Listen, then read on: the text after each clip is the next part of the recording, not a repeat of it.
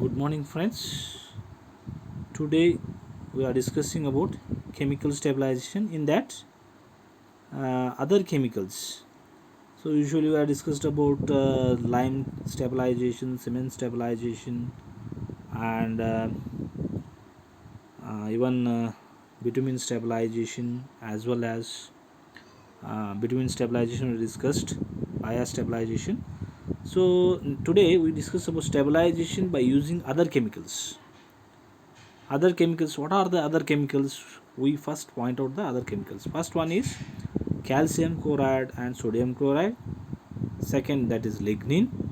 Third one, that is waterproofs. Then fourth one is natural resins. In natural resins there are many types will be there, so we'll discuss uh, briefly. So first one, that is calcium chloride and sodium chloride. What is the importance of these? So calcium chlorides and sodium chlorides both are hygroscopic. Particularly calcium chloride, they lower vapor pressure, freezing point of pore water, which reduces damage potential due to frost action. Means when you add this calcium chloride, which is having a lower vapor freezing point, which prevents the frost action. So whenever it is subjected to frost action, so what happens? What is that frost action means? When, if for example, if we take a clay soils, when it's subjected to moisture, it absorbs the water and kept in the its structure, in soil structure. So what happens? The water remains in the soil. When it's subjected to freezing, then it becomes a hard one. Then what happens? The volume will be increased, right? When that soil is subjected again for a higher temperature, what happens? The ice caps will, that is whatever water from ice formation is converted into water. Then what happens? The volume will be decreased. So this is cause a differential settlement. So if you use these type of calcium chlorides and calcium chlorides, so it will reduces the frost action. So that frost action, if you reduce, then one problem is solved of especially clays. And another better thing is, when you use this calcium chloride and sodium chloride, these are the salts. When you use this for stabilization, what happens? The compacted density will be increased, as well as uh, OMC will be reduced. But problem is both chlorides are flocculant. The advantage is it will reduces the frost action. Second thing, it will increase OMC, reduce the OMC and increases the compacted density. So these are very important for stabilization. But the thing is, both chlorides are flocculant, true, not as effective as ferric chloride. They are flocculant. Since that is the main problem. Since they are water soluble, this is the main disadvantage of these chlorides. These are water soluble. They may get washed away when groundwater flow is subjected, or it may be heavy rain subjected or groundwater flow subjected. Then the chlorides may be washed away. So that's why the addition is not a long term solution. Means if you use the chlorides, no doubt frost action will be reduced, compacted density increases, as well as OMC reduces. But since these are water soluble, when they contact with water, they will soluble. Then they are the not a long term solution. Got it? Next one, that is called as lignin, right? So lignin is nothing but it is the powder form.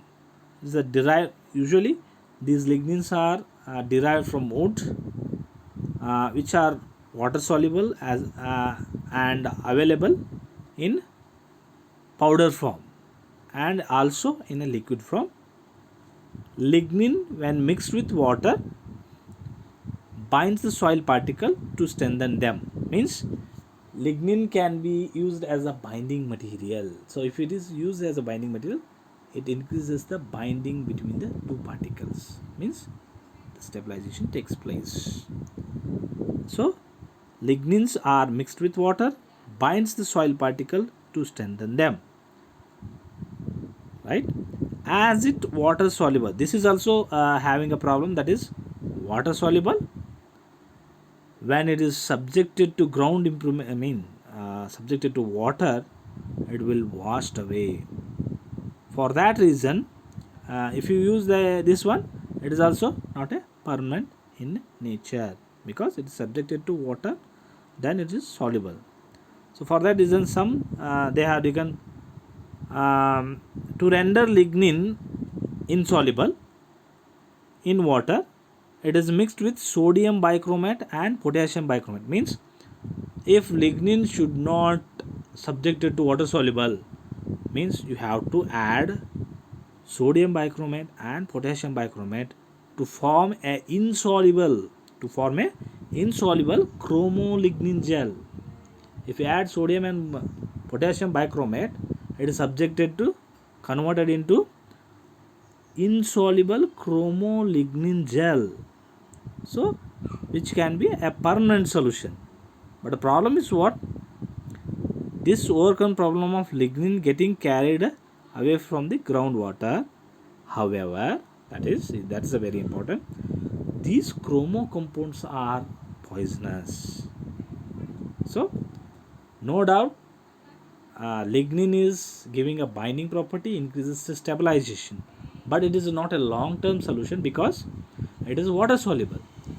If you want to prevent this water soluble, means you have to increase the term for long term you want to use, then you add this sodium and potassium bichromates, right? But problem is what? When it's added with sodium and potassium bichromate, it is converted into insoluble chromolignin gel, which is a poisonous material. So presence of such materials in groundwater is undesirable. Means if you use this one, that is chromolignin gel, it is poisonous.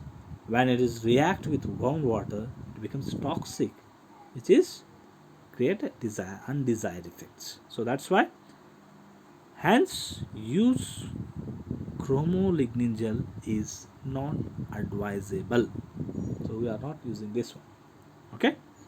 So means we have to not use chromo material, that is sodium bichromate and potassium bichromate. Next is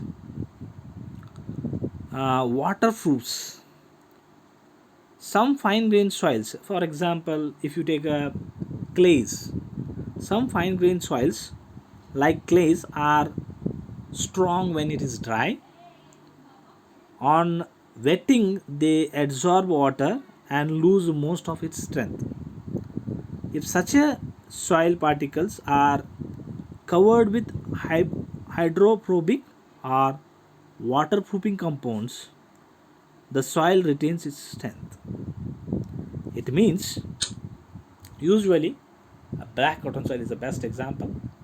If you use a black cotton soil when it is in a dry condition, it is having a very good strength. When it is exposed to moisture, what happens? It absorbs more water, so it loses its strength. For that, if you use these waterproofing compounds, the waterproofing compounds acts as a waterproofs. It doesn't allow the meat of water or absorb the water from outside to soil particle. So soil remains dry, then it has its own strength. When it is in dry condition, that is very good strength. So that's why we are using waterproof compounds. Molecules of waterproofs get attracted to the surface of soil grains and react with them to get the stabilized there. Other end of these molecules is hydrophobic and prevents water come too close to the soil surface. So it is what I am saying.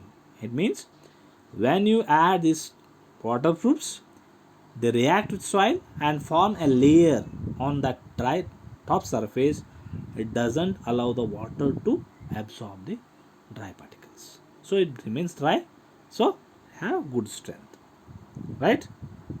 It helps soil grains to stay dry and hence retains their strength. That is what advantage means. Clay is having good strength when it is in dry condition, but when you add water or when it is exposed to water, so it becomes more absorb water, then it loses its strength. So that's why if you add waterproof compounds, they acts as a waterproofs, so it prevents the entry of water to the soil, so that acts as a waterproofs and remains its strength, right? So for example, alkyl salines, siliconates, amines, and ammonium salts used as a waterproof. These are used as a waterproofs, right? Next is natural polymers. In natural resins, that is natural resins, first one is rosin. So rosin usually these are the acts as a stabilizing the soils. Insoluble gels, these are acts insoluble gels which is stabilizing the soil. So natural resins, first one is rosin. When a rosin added reacts with certain metal salts to form an insoluble gel. So insoluble gel, and which stabilizes soil. So it acts as an insoluble gel. So it remains not soluble. So it is insoluble. So it stabilizes soil. Next one, resin stabilizer 321. Number is given 321. It is a resin derivative. It reduces a rate and amount of water absorption. That is the advantage of this resin stabilizer. So it reduces the water absorption capacity. So these type of resin stabilizers used for black cotton soils, but they are costly. These are means water absorption capacity can be removed if you add it to clay. See, what is the main problem of clay is water absorption capacity. See, it absorbs more water. When you add this resin stabilizer, that is 321, so it absorbs the water absorption capacity, it removes the absorption capacity, so it offers sodium ions, so for ion exchange. So that's what advantage. So you can use this one for black monocytes. Next, Stabinol, third one, Stabinol. It is a resin derivative mixed with Portland cement. Usually it is mixed with Portland cement. It is a waterproof for coarse soil grains. Waterproof for coarse grains. Usually coarse grains are not having a binding property, so they are separated. If you use this is as a waterproofer, then the coarse grains remains in the same position. They will not separated, so it will have a good strength. So that's why Stabinol can be used as a waterproofer. Next, NSP. NSP means National Southern Products. NSP 121 and NSP 252. They are Portland products of a National Southern Products. They provide water repellent properties to some soils. So that is the advantage of using this Southern product, NSP. So 121 and NSP 252, which gives the water repellent properties to soils. Next, fifth one, that is NYX, a product manufactured by Hercula powder. It provides water repellent property to some soils. So this is also giving water repellent properties that they can be used. Next, Silica.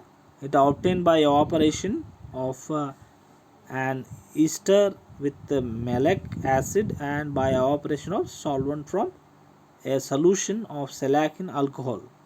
So why this shellac is used? This is used when it is treated with sand, with shellac can have a high strength. So like coarse grain soils like sands or gravels, if you use this shellac mixed with sand, it gives a high strength. However, the bond is destroyed when soil immersed in water. So this is also that having a problem of when is exposed to water. But no doubt These are coarse grain soils are more susceptible for binding property. Binding property is not there, so that's why it loses the strength. So if you use this one, they will increase the strength, no doubt. But when it's exposed to this water, then it loses its strength. Immersed in water, it loses strength. So this is next last one, natural resin from tropical areas. Copal resin, Walaba resin and many of other natural resins impart some degree of ground improvement when added to soil. So these can be used, but these are not more effective as the earlier toppers one. So you can add and you can increase the strength added to soil and increase the stabilization as ground improvement is important. And last one is miscellaneous chemical stabilizers. So you can another means other than these other things also there, that is oils like tung oil, castor oil, linseed oil, cottonseed oil and mineral oils have been used as a stabilizers. So you can use other than chemicals, you can use this miscellaneous chemical stabilizers like tung oil, castor oil, linseed oil, cottonseed oil and minerals as a stabilizers.